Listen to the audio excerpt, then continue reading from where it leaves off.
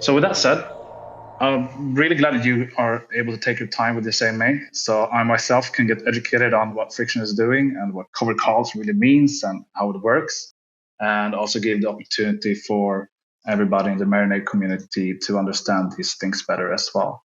So with that said, welcome to this little session of ours. Thanks for taking your time with Hub.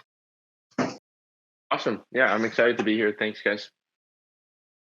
Cool. So we've spoken a couple of times previously, and I think that we'd like to kick off this session with understanding a little bit more about your background, because that's, I think, a really cool thing about what you guys are doing, which instills a certain respect around Friktion from my end anyway.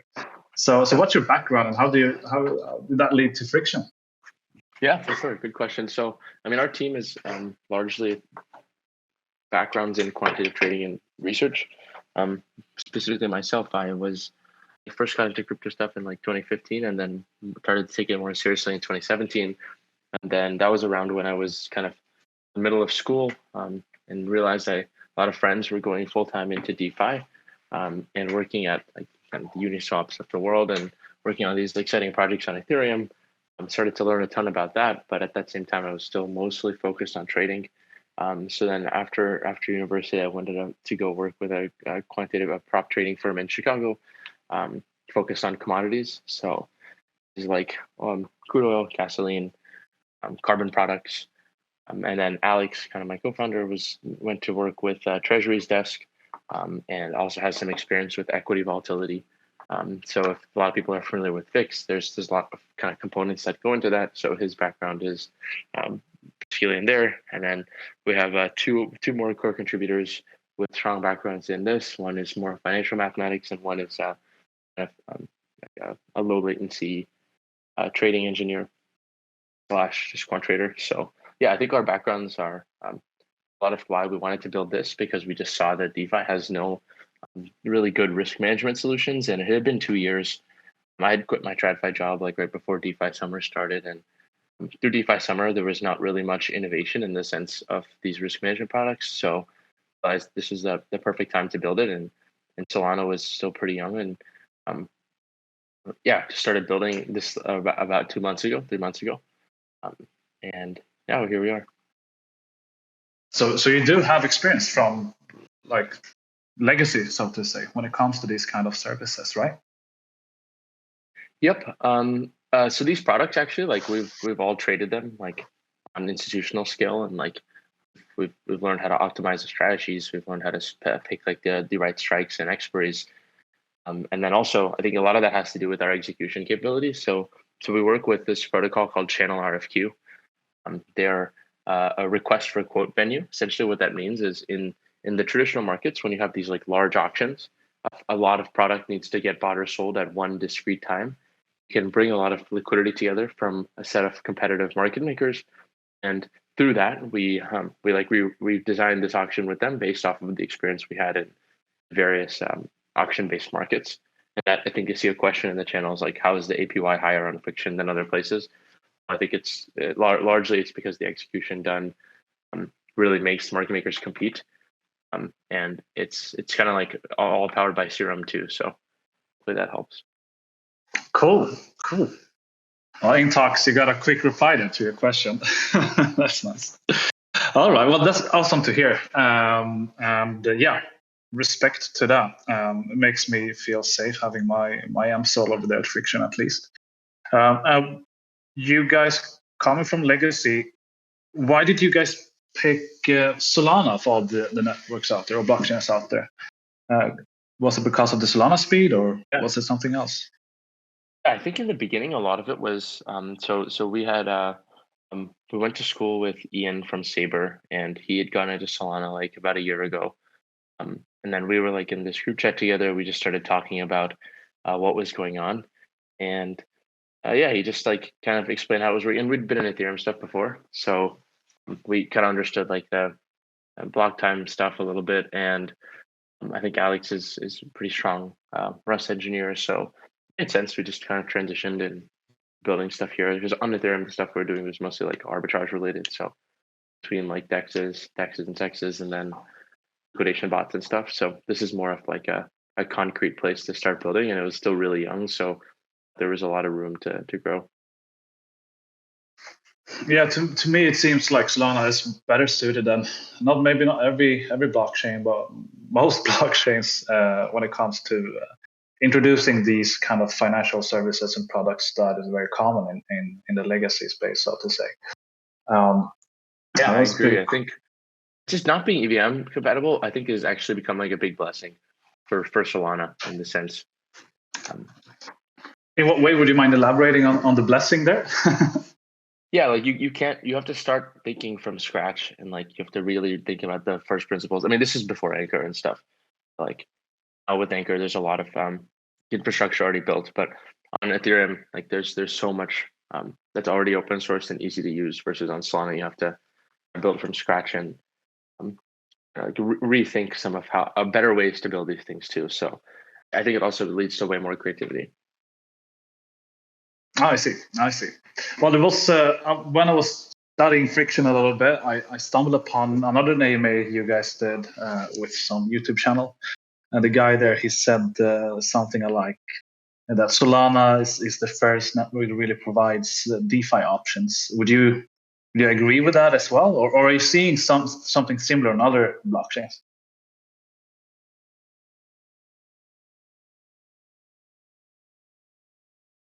Yeah, that's a really good question. So I think other chains can support this, but other chains not necessarily the best place for this to thrive right now, particularly because Solana brings in a lot of people, folks like ourselves, I think, with decently stronger like financial backgrounds. I think a lot of it is becoming pretty new, and it's growing pretty fast. Like for example, the Friktion supports 12 assets, and of those 12 assets, this is through Friktion was the first time 8 of these assets ever traded on a blockchain. So I don't think I mean, if it was going to happen, it would have happened because Ethereum or some L2 or Luna or another chain would have done it. And nothing against any of these chains. I think they each have like their own application specific risk rewards. But yeah, I think it's the speed at which we've done these things on Solana is pretty awesome. Solana speed indeed. No puns intended. So okay, cool. Well, thanks for the background. It's interesting to hear why you guys landed on Solana. So looking at your website, and you have the vault, and you have vault number 1 and you have vault number 2. How would you explain the vault number 1 there, or vault 01, generate income?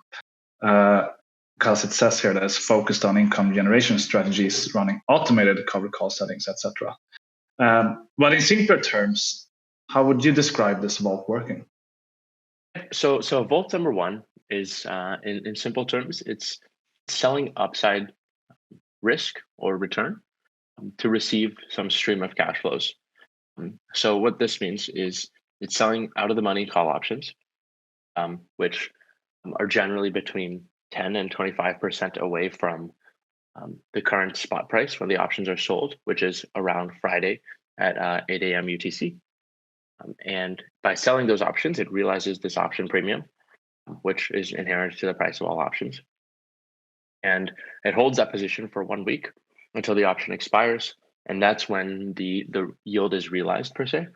So that's like a first high level of it. And I think as we shared some of the docs before, there's a pretty interesting like article explaining, and a pretty good video as well, diving deep into like, okay, well, if the market moves to this level, let's say SOL was at 200 today, what happens to this strategy if SOL goes to 100?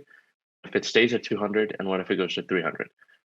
So I think it's important to remember that these strategies are not token emission based, in the sense that you're not receiving some amount of token for providing liquidity into this AMM, because there is no AMM here. It's functionally a strategy that really takes advantage of the actual risk properties of an asset.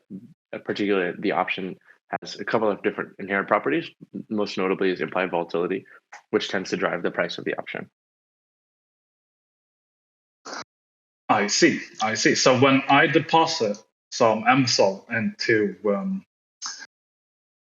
the vault number 1 here, that's literally what's happening there behind the scenes then.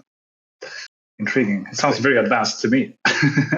I can unpack it a little bit more so it makes sense. But let's say you deposit today. Epoch is starting in the next epoch is starting in about 12 hours, a little bit less probably. And if you deposit before that epoch begins, then your deposits will get put inside that epoch. Once the epoch begins, we will put we'll add up the total amount of deposits, and then everyone who's depositing will receive the same equivalent yield.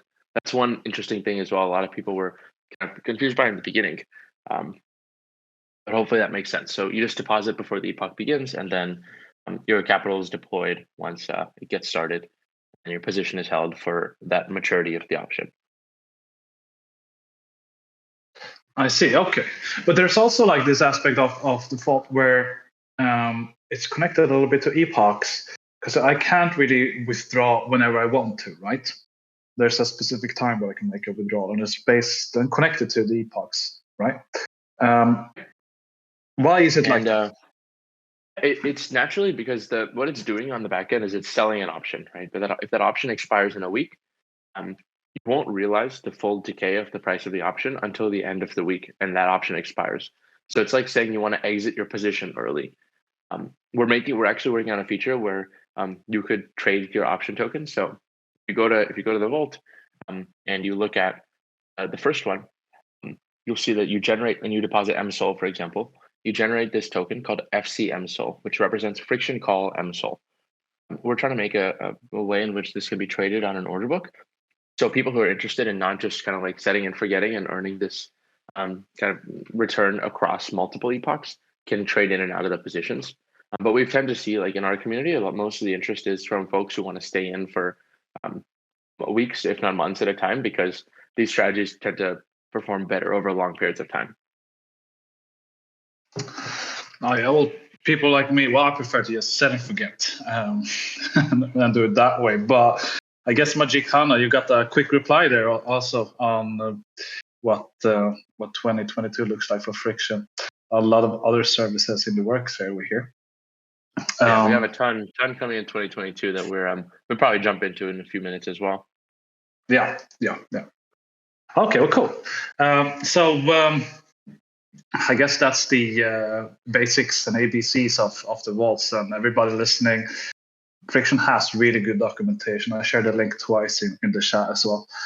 So take a look there if you want to get more acquainted with the vaults.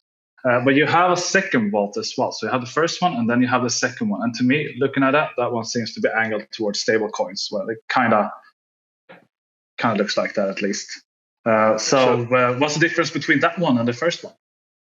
So the second vault, as we call it, sustainable stables, it deploys a strategy that is known as a cash secured put, meaning the same way you were selling that call option. And essentially, call option represents the right to buy an asset at a certain price.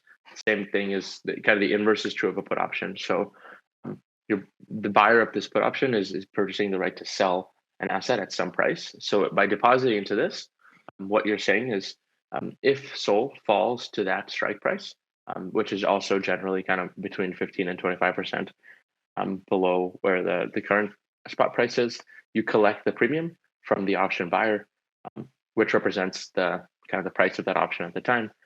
And if assigned, again, you're depositing USDC. So if assigned, the vault purchases that amount of asset on behalf of the depositors from using USDC. So in this case, let's say you sold a $50 mSOL call and mSOL fell to $50.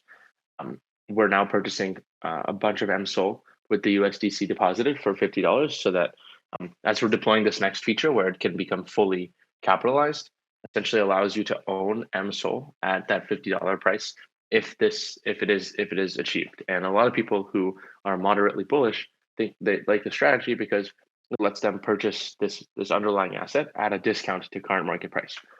But that was kind of helpful. Okay.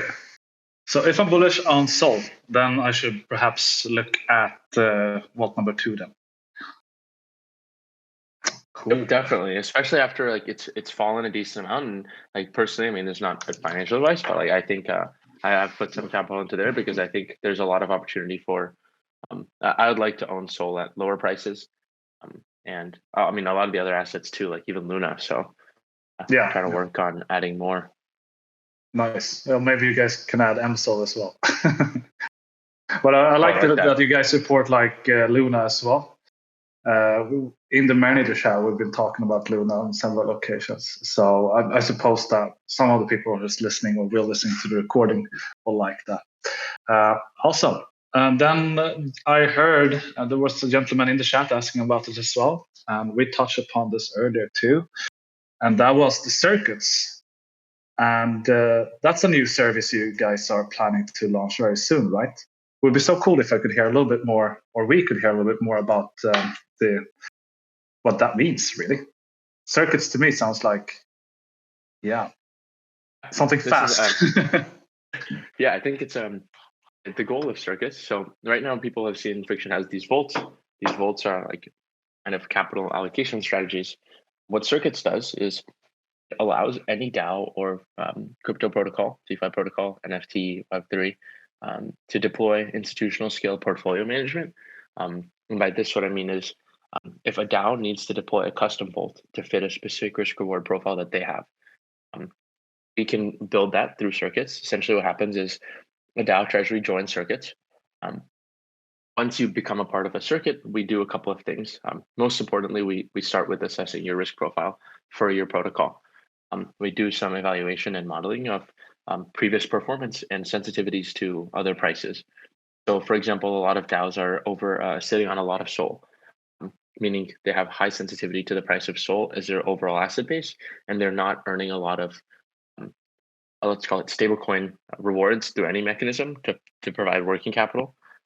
What this means is just this is the amount of capital that they need to kind of operate through some amount of time. Then the next step is inductors, also known as like portfolio strategists and risk managers and architects of vaults, work with the protocol to design like a risk framework that's unique to that protocol or DAO.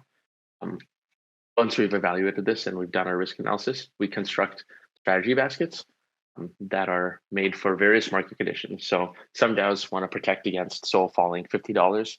Some DAOs don't think SOL will fall $50. They don't want to take a view on it. So they'd rather just be earning stablecoin yields consistently. So by doing that, we also kind of offer this cool service, as I mentioned earlier, where we'll deploy these custom vaults on demand, fit your DAO's needs. And then we kind of optimize these allocations along the way as we see the market change. And so your DAO's treasury can no longer just be like two assets, your native token and stablecoin sitting. It can be this optimized, sophisticated portfolio that normally would take a lot of resources to deploy and TradFi. But we're really trying to bring that to Friktion. Okay, that sounds really attractive. I think it's attractive even for the Marinade, though, to be honest. When you guys support mSOL for this, of course, or if you do. But yeah, I mean, it's the thing with circuits is that we can spin up different, depending on the liquidity profile of a lot of assets, we can spin up new vaults around it and even add mSOL type assets to existing vaults. So once we're out with that, actually, if you do go to app.friktion.fi/circuits, that is the UI is still getting pushed up, but the application is out since there's a lot of interest kind of in the community. So would encourage you to kind of take a look at that if you're with a DAO that's working on that or thinking about how to manage risk right now as SOL's falling a bit. Yeah, that's really cool. I think this is something that's going to be very attractive for a lot of different projects and DAOs out there. Looking forward to seeing this evolving, to be honest. Cool. So the circuits is not for like people like me as an individual, but it's more as like a thing directed to DAOs and their treasury management. Got it. It's more of a DAO to DAO service to get started as we kind of figure out our product market fit. Then it'll expand to individuals. But we really think like the DAO community is most underserved when it comes to risk management. So focused on making sure that they have resources they need. Okay. Well, you mentioned risk management on several occasions, and obviously you guys are professionals regarding this. But what does that really mean for you guys, risk management? And it seems to be something very fundamental to what you guys are doing. Would you mind elaborating a little bit more on that? Yeah, for sure, and totally agree. I think part of why we wanted to do this in the first place was I think we just think about risk differently than how I view it being thought of in a couple of years in DeFi. So simple way is it's like measuring the standard deviation of your returns in a portfolio, right? Like that's the first. Whenever you start looking at risk, you do that to evaluate whether or not a portfolio has fluctuations or implied volatility. So the first way we always start is like, okay, how volatile has your portfolio been? And then what's driving that volatility, right? Is it that you're holding onto a bunch of spot, or you're holding onto a majority of tokens that just are not very liquid? So there's a couple of factors that go into that, right? So one mentioned is like implied volatility is a measure on price, but behind that, there's so many things, right? There's like the liquidity premium, as I was talking about before. There's credit risk for some of these protocols that have kind of like liquidation factors that are manually set. There's kind of like an interesting way to think about smart contract risk is essentially you're buying a call and a put option to protect against kind of the implosion or the destruction of a smart contract or the hack of a smart contract. So most of these things in our view can be quantified as positions. Whether they all get reflected in price is kind of a different question, but hopefully that makes a little bit of sense. Yeah, definitely. I mean, I think most people who are aware of Friktion knows that you guys have a pretty serious take on risk management, and that you come from this professional background of yours as well. I mean, you launched was it sometime in December, right? And I think by now you have at least like 100 million TVL. It was like within 1 month or something. So we I had think that 120 million right before SOL crashed. Yeah. And then obviously as a protocol, we have a ton of deposits of SOL and mSOL. So yeah, but still, I think that's telling because otherwise you wouldn't attract that amount of TVL, right? So interesting to hear your take on what risk management means for you guys. But going to what mSOL does on Friktion, what's your take on mSOL versus the other like normal, so to say, tokens that you guys provide services for? Is there any like is mSOL more suited for this kind of a thing, or what's your take on it, other than the decentralization aspect? Yeah, I think mSOL is like probably if not, I think it's probably the most productive asset within Friktion Vaults right now, because it doesn't just earn yields in other places, but it also does what you say in the term of decentralizing the network and distributing. Yeah, in that sense. So I think mSOL is pretty well positioned as like one of Friktion's largest assets, and if not, it might be the largest vault that we currently have. So you take a look. Actually, probably at some point it was definitely the largest and most popular strategy we have right now. We have about 167,000 mSOL deposited into Friktion. And if you look, that's probably, see what percentage of total mSOL supply that is.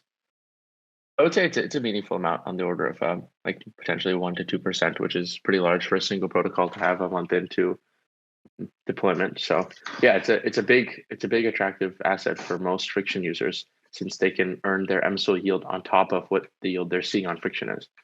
So yeah, it has that special characteristic to it. I'm looking at it. It seems like I think right now mSOL is the third largest one. Maybe it was the largest one for a while there. We have Bitcoin and Solana from what I see. Well, regular Solana token from what I see, that is a little bit ahead of mSOL. But it's telling indeed. And then as I'm looking at this as well, that's actually a question I wanted to ask earlier. I'm going to take the opportunity now. Because there is a certain like capacity limit on deposits on mSOL at least, and probably on all of these different tokens. And why is there this limit of deposits? Right now it's 166,623 deposited mSOL, right? And the max deposits are 200K. So why is there a limit? Yeah, so I think this is a really good question. So currently the strategies have some capacity that is set because it allows us to identify like is there enough demand on the other side of this? So are there enough option buyers to deliver this yield that we think we're planning on delivering to our users? And then do we think this can be sustained in the future? So a big thing is like, okay, if there's if we think we can source 200,000 mSOL of option buyers, then we'll have the capacity set there. And overall, this capacity should only be going up as more and more participants are being onboarded into the auction/RFQ system that I was alluding to earlier. We currently have like 8 to 10 market makers, and I think we should have 15 by the end of this quarter, if not more than that. So we're sourcing a lot of kind of sophisticated options buyers across CeFi, DeFi, and kind of various venues, and eventually hope to be able to support kind of like really as much as users want, because I think SOL options are quite still nascent. They're not traded on any centralized exchange yet. So. All right, cool. That's an interesting take. I guess it goes connects a little bit to the whole risk management aspect of what you guys are doing too, right? So that's pretty interesting to see. I hope that I manage to put in some more mSOL before it reaches that capacity. Yeah, I think we were working a lot on like increasing it because it started at like 20,000, and then now we're like the largest traders of SOL options. The protocol trades more SOL options than anyone else in both centralized and decentralized finance, which is really exciting to see because it's all being done on chain. So. Oh, that's pretty massive. That I didn't know that. That's cool. Congrats, man. Good job. Yeah, we trade almost 400,000 equivalent of SOL options every week. So that's an absolutely huge amount. Yeah, awesome. Okay, cool. So the limits on deposits, we understand that now. After this, I'm going to ape in a little bit more myself, actually. I think this is no financial advice or anything. It's just me getting a little bit excited here.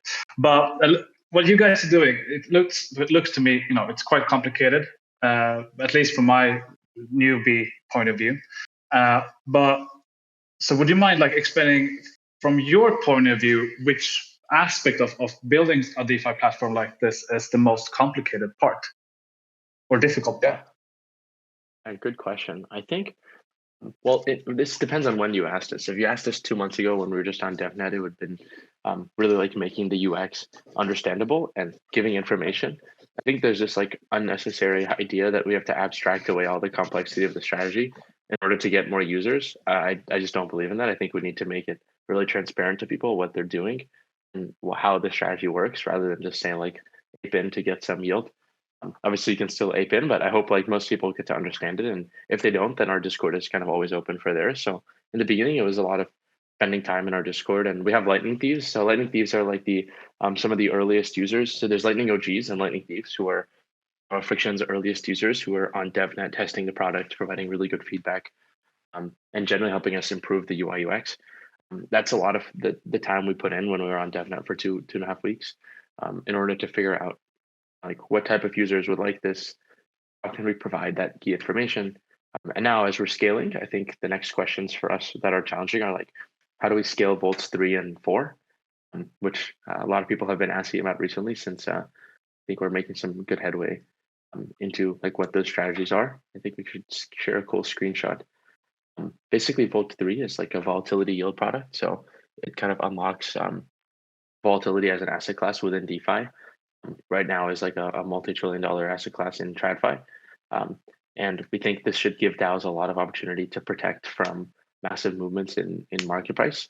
So if SOL falls 30%, their treasury isn't losing 30% of its value. It's actually making money because it was long this volatility perpetual or option or set of options.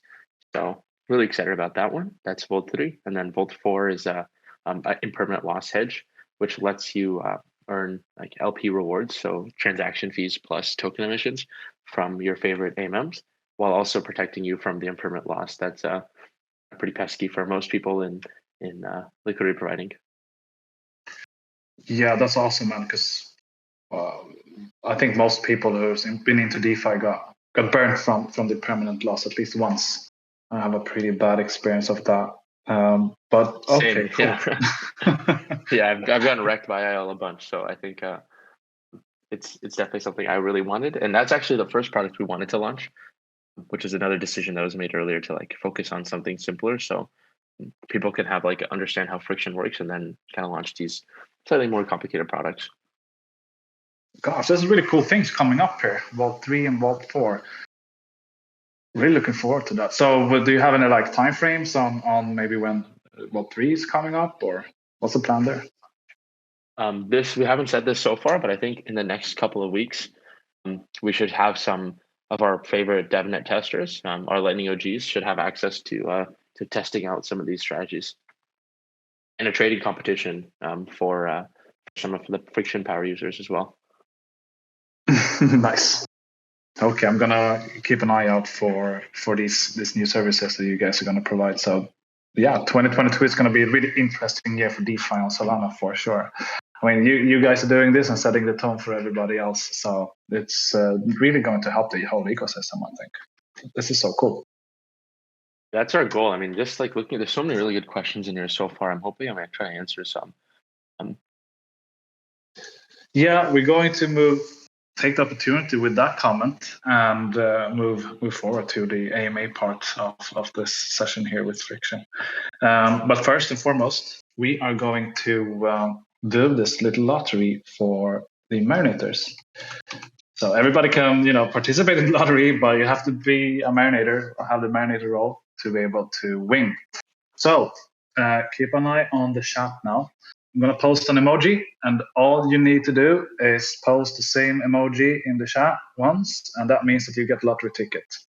And we'll go with the flash emoji, of course. Let's go the zap. Zap. And I found the image of the NFT as well that we're going to give to the best question that you choose. I'm going to share that as well in a minute. I actually think Ellie's in this chat. I hope I pronounced that right, but she was the one that designed it. So shout out to her. Yeah, I sent a wave emoji to her there. She's done a great job with the overall design of Marinade. It looks so much better now, I think, than previously. And it fits well with your little Zeus. Is it Zeus? Zeus, yeah.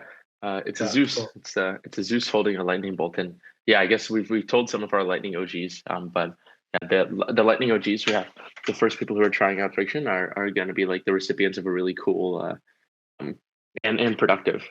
Can't leak too much alpha on how productive it'll be yet, but it'll have some cool incentives once you launch that. So stay tuned. Okay, cool. All right, so I'm gonna paste the image of the NFT here. That the best question will receive.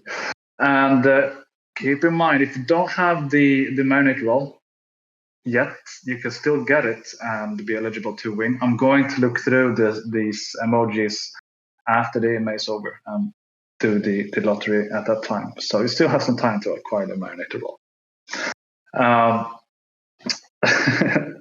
Yeah, I like that. That's Zeus.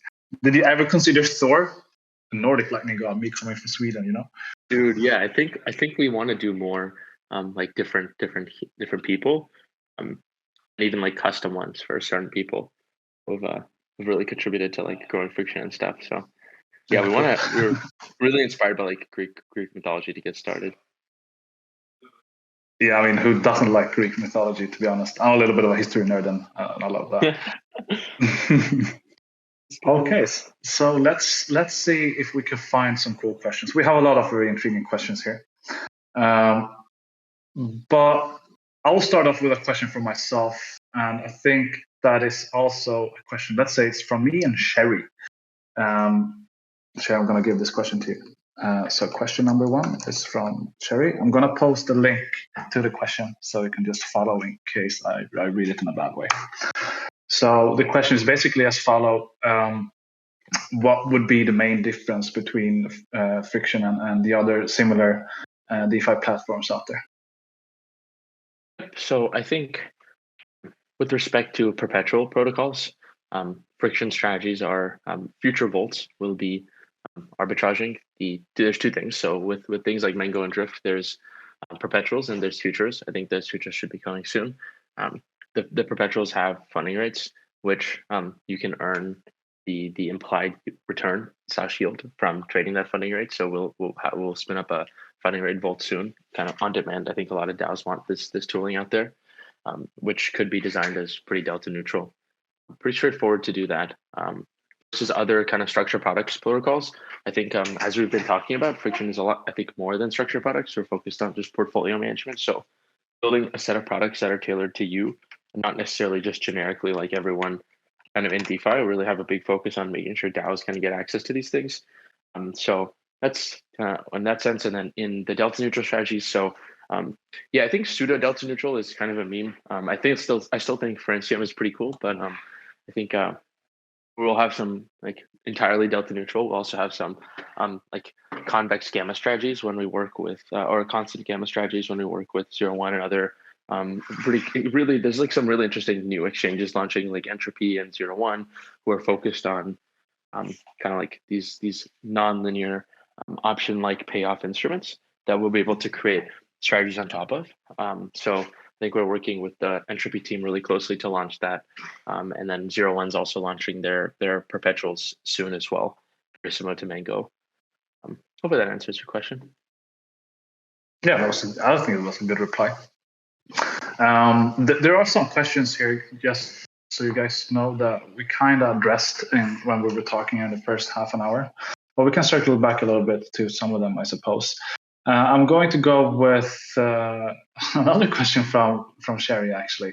And this one is, let's see here, question number 2. So, could you please describe the case when there's 100% guarantee I lose my mSOL on Friktion? That's a good question. Yeah, I think it's generally try to, so the way when we're selecting strikes and expiries is there's between a 3 and 10% probability, depending on like the volatility in that week, of just losing money outright. So not losing your entire mSOL. I think we should, it's an interesting question to bring up. Like, what's the probability that it's also in a different way? It's what's the probability that SOL goes up 2x or 3x in 1 week? Generally, I think that tends to be pretty low. So our focus has mostly been on just like minimizing any form of loss. And by that, we naturally like avoid a 100% loss.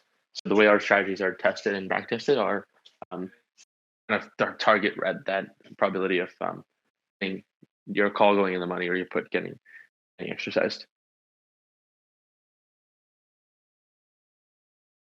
Well, you heard it there, Sherry. If you want to lose money on Friktion, that's how you do it. It seems pretty difficult to lose money on Friktion, to be honest. That's the way I understand it. I mean, the guys are professionals after all. So question number 3 is from a gentleman called Timon21. Reminds me of Timon, let's go. Yeah, Timon. So we kind of touched upon this, or you touched upon this previously when we talked. But so in exchange for the deposit, we receive FC tokens. In the future, can we imagine partnerships within the ecosystem to deposit our FC tokens to on another protocol? Is this a work in progress, or how does the 100% future look like? Yes. As we alluded to earlier, we're working on just figuring out the safest ways to have these FC tokens used as collateral on lending borrowing platforms, and then used as like actively traded positions on just normal Serum order books. So let's say you deposit them to the vault, and halfway through, you're like, oh crap, I want to actually leave. Or the opposite, you're like, oh, I didn't get into this at some point, and I want to get in. Let's say Timon wants to leave, and Sherry wants to get in. If Timon is willing to leave at price $1 and Sherry is willing to get in at price $1, then they can exchange their positions, and they'll be able to both get what they want in the sense of being able to trade in and out of their FC mSOL position, for example. Well, we can imagine some really advanced yield strategies will come out of that. And at this point, we're like basically becoming more. Just because currently in TradFi, like the way this works is you can only really do anything on a monthly basis for strategies like this, since they rebalance. They rebalance either monthly or quarterly. But now being able to trade it more frequently, we're like going to be on feature parity, if not even more features than TradFi has for similar products. So really excited to work on that. Just want to make sure it's safe and kind of sustainable. Yeah, safety first. But yeah, so there's a lot of things coming your way then this year. Yeah. I mean, with the launch success of yours, I mean, you guys must have scaled up pretty drastically as well on the back end, so to say. So yeah, really cool to hear, actually. So let's move forward to the next question. And Chesko just asked this one. I'm gonna paste the link anyway for my own convenience. And the question is, will there be longer time frames than 1 week? Maybe an expiry that's like 1 month or longer? Definitely. So we actually already had one epoch that was 2 weeks. And we're working on releasing similar vaults that are multiple timelines. That's a very simple thing to do on our end. We just want to make sure that there's enough kind of capability on the back end to handle this, whether it's from like the market makers or whether it's just from the exchanges, and making sure things are kind of safe. And then I think that's something we can do fairly quickly. Although it does require that from the UX perspective, it requires a user locks up their strategy for a longer period of time. But for people who are in this for the long run, then I think these 1 month vaults make a ton of sense. Cool. Magic Hannah, back to your question that we kind of addressed on several occasions already, how 2022 is going to look like for Friktion. Any alpha question mark? I think you received a bunch of alpha already. But just wanted to circle back to that. So let's find another cool question. Well, this one is good, from Sirek Sane.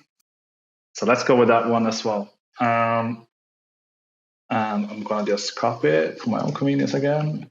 Keep further do. Boom. So what do you think led to Friktion's ability to take a leading market share for Solana option markets compared to other competitors? Yeah, good question. I touched on this a little bit in terms of like the UI UX and making it easy to get demand. So if you think about Friktion as like this network of users or demand for the vaults, and then on the back end there's supply. I think one thing we did really well was before we launched, and this is what took us, like we spent a lot of time between DevNet and Mainnet, making sure we had at least 5 to 6 top crypto market makers onboarded already. They're very like easy to use UI UX. So we could get the best pricing. Essentially, we run, like as I mentioned, we run this auction through Channel RFQ, which if you're familiar with like just generally how auctions in TradFi work, it's a blind Dutch auction. So market makers are coming in and they're constantly competing against each other to move the price up to get the fill. And once they get the fill, they kind of take on that position themselves. So one part of it was the UI UX. Another one was just having the largest share of market makers onboarded and having the best ones onboarded.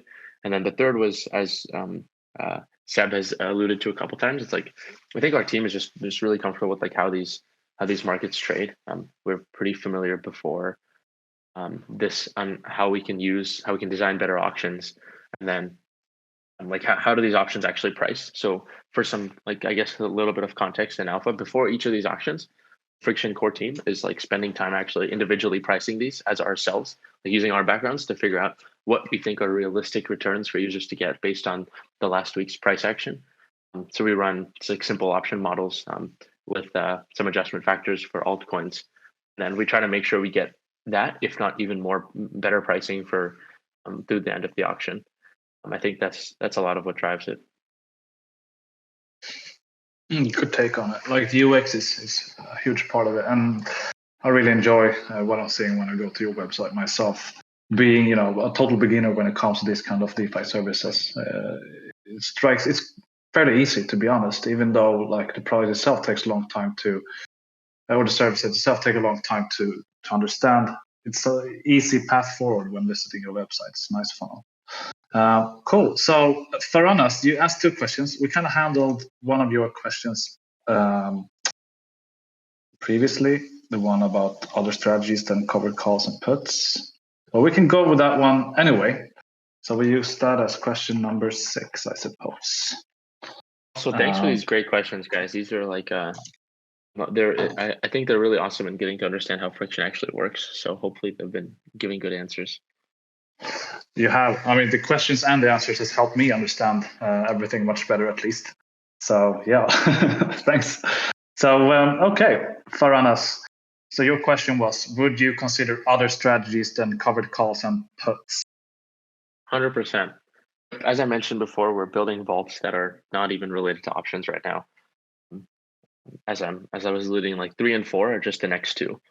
but there's maybe like 5, 6, and 7 that we just haven't talked about yet because they're still early in their development, and we're just checking out what those would look like. One that I also alluded to is just a simple like arbitrage bot between like spot and perp price, or spot and futures price. That's an easy one. We're working on some like principal protection notes that basically allow for some amount of your principal to be like secure within the vault at any time, so you can potentially collateralize against it, or you can there's some interesting ways to structure those. And then we're also working on an interesting market making strategy. So a lot of protocols, when they launch, they need a lot of help for like how do they get their token, their native token market made. Then they tend to go to these like CeFi market makers who charge a lot of basically they buy a free call option from them. But for us, we're going to build some internal strategies like that so anyone can get access to that. And then we're also going to be doing some interesting like lending optimized vaults here in the short future. All right, cool. Faranas, you heard it, man. You know what I think you should do, Faranas, and everybody else listening as well, who is interested in getting into depth with these kind of things and these kind of strategies, is to head over to the Friktion Discord and get yourself involved in their community. It's a really lively and cool community from what I can see. And I think you can get a lot of cool ideas on certain strategies there, Faranas. So thanks for that cool reply as well. Yeah, awesome. Always recommend people ask questions and stuff, and everyone's kind of always online, and I get a ton of DMs, and I help people like with like figuring out how to track their profit and loss on Friktion, and how to determine what best strategy to allocate to. And obviously I can't give financial advice, but happy to help wherever I can. Yeah. Do your own research. Nothing here is financial advice. Please don't arrest me, policeman. So, okay. Let's head over to another question. Prodromo in the house. Waiting for a big brain question from you, Prodromo. So let's go with question number 7. And that is from our chef, Copycat. And the question is as follows. It's more of a personal question. What kind of project or idea do you think Solana is still lacking? Ooh, really good question.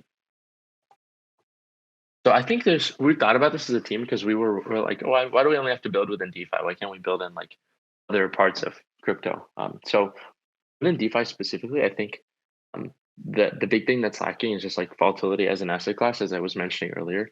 So people can not just like when the bear market comes and a bunch of users leave, largely it starts because they lost money and then they just don't come back because they get frustrated. So volatility will unlock the ability to make money regardless of whether it's going up or down. And then non-DeFi, I think identity is a really interesting one. So like, how do you transfer what information is known about your address between different protocols that you interact with? And then how can we use that to give you a under collateralized loan to buy a house or something? I think this type of stuff is just like, it's getting more popular in Ethereum right now, but still pretty far away from it on Solana. So there's a lot of development to be done there. And then in the Web3 world specifically, I think like we need better quality data indexing and like on-chain analytics. But as like Nansen and stuff come to Solana, that should get a lot better. Cool. There you have it, Copycat. That's what's missing. So I actually have a question myself. I want to just stick it in here and drop. And you mentioned market makers on several locations. And would you mind like elaborating the relationship between Friktion and market makers? Like, are market makers your customer, or are they your like partners, or like how does that relationship look like?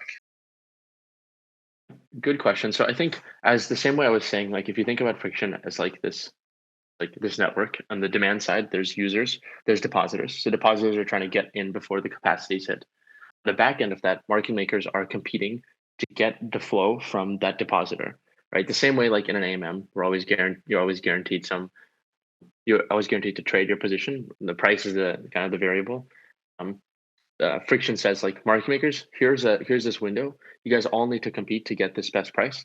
And we're agnostic to the type of market maker. Like we're different in other protocols, and like we don't give a bunch of token incentives to market makers to say like, hey, if you win this auction, we'll give you like some amount of token, some amount of a Friktion token. So yeah, I mean, they're partners the same way users are partners, and we don't try to give like special treatment to a particular one because they're doing more than someone else, because at the end of the day, like they're in the business of taking a risk. So we're just trying to create a really good environment for them to participate in and compete for pricing. All right, cool. That's intriguing to understand like how this market makers works and so on. Would you have any recommendations on where a beginner in this subject could read more about that, and like how market makers operate on Solana, for example? I actually, maybe we should write a piece about this. We're trying to get a little bit better about that, because I don't think there's not a lot of transparency on this right now. But we're trying to work with the channel team who helps facilitate these auctions to like be a little bit more open and transparent about that. They're just really busy building stuff, so it's hard for them to like do a lot of this content. But I think we should maybe we should just do like a whole conversation with all of our market makers on Twitter or something one day, and just have them talk about like. Actually, we're gonna do a conversation on next, I believe on next Monday, 2 Mondays from now, with Block Tower Research and Trading, as well as Orthogonal Trading, who are two really good market making and prop trading firms in the space, and they'll be sharing kind of like what their MOs are and how do they trade in this space. They do a lot of on-chain stuff too. Okay, cool. Yeah, that would be so interesting to see an article on your end regarding market makers and the relationship between you and those as well. I myself think it's an interesting subject. They have a huge impact on the markets. So yeah, that's really cool. So with that said, we have like 5 minutes left here approximately. And is there something that you would like to bring up, Udal, that you think that we should highlight or talk a little bit more about before we move forward to the last contest here? And this is really good. This is one of the most fun AMAs I think I've ever done. We covered a lot of stuff and hopefully answered all the questions you guys had. But if not, just drop a message in the general channel or whatever, and hopefully happy to answer whatever.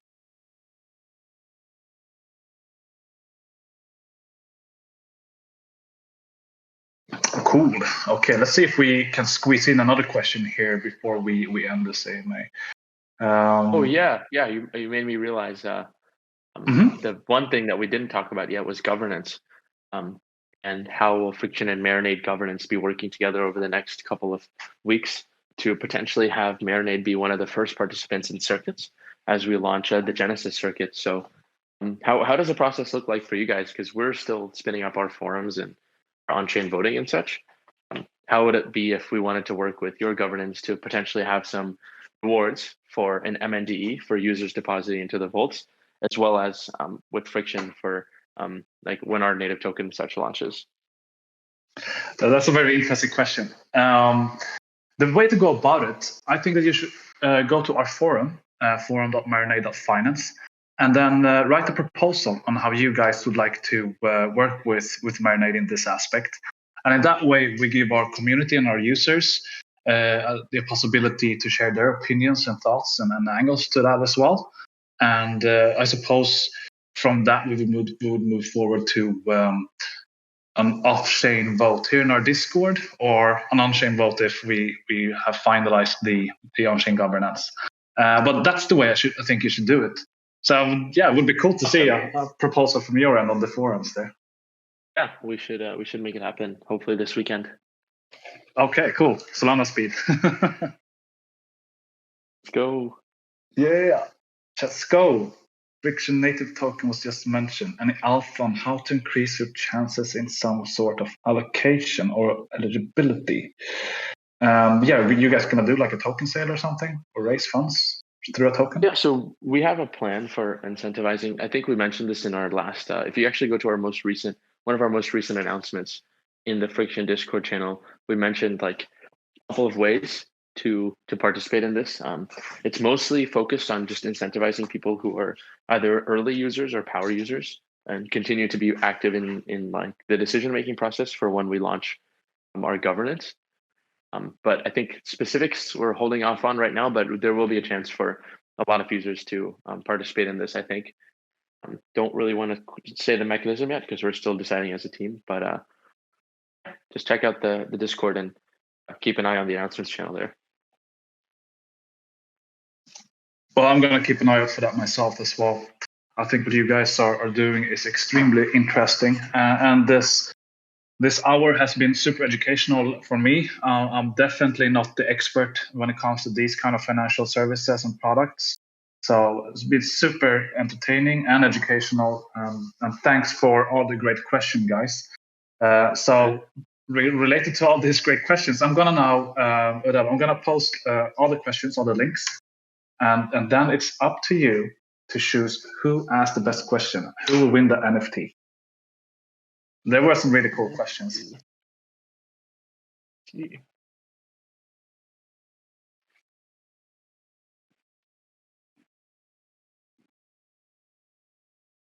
I'm now reading through some.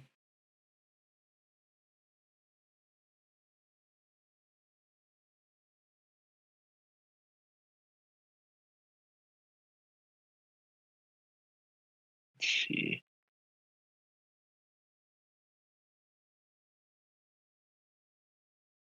I think the question about FC tokens is really exciting. It just shows like how much people and even Marinade are aware of like the back end of what goes on in Friktion. So I think Timon should get this NFT for this current AMA. Timon, congrats, man. That was a good question indeed. Which number of the question was that? Well, I'll check it out later. Congrats, Timon. That was Timon. What question number was that, sir? I think it was. Every time I click on it, I think it was like maybe it was like 3. Yeah, whatever. I can check it out later. It was 3, I think. Okay, cool. Well, you're gonna get a really unique. So these were awesome. Let's go. Yeah. Everyone who was participating, it was really great to kind of answer for you guys. Yeah, thanks for like elaborating as well in such a nice way too. Yeah, as I said, this has been extremely educational. And hopefully we could do something like this again and invite you guys in and talk about your coming services when they are online. So we can let everybody know how they can be utilized the best way and so on.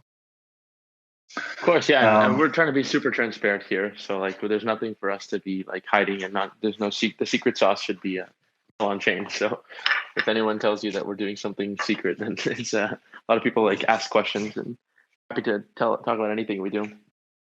Yeah.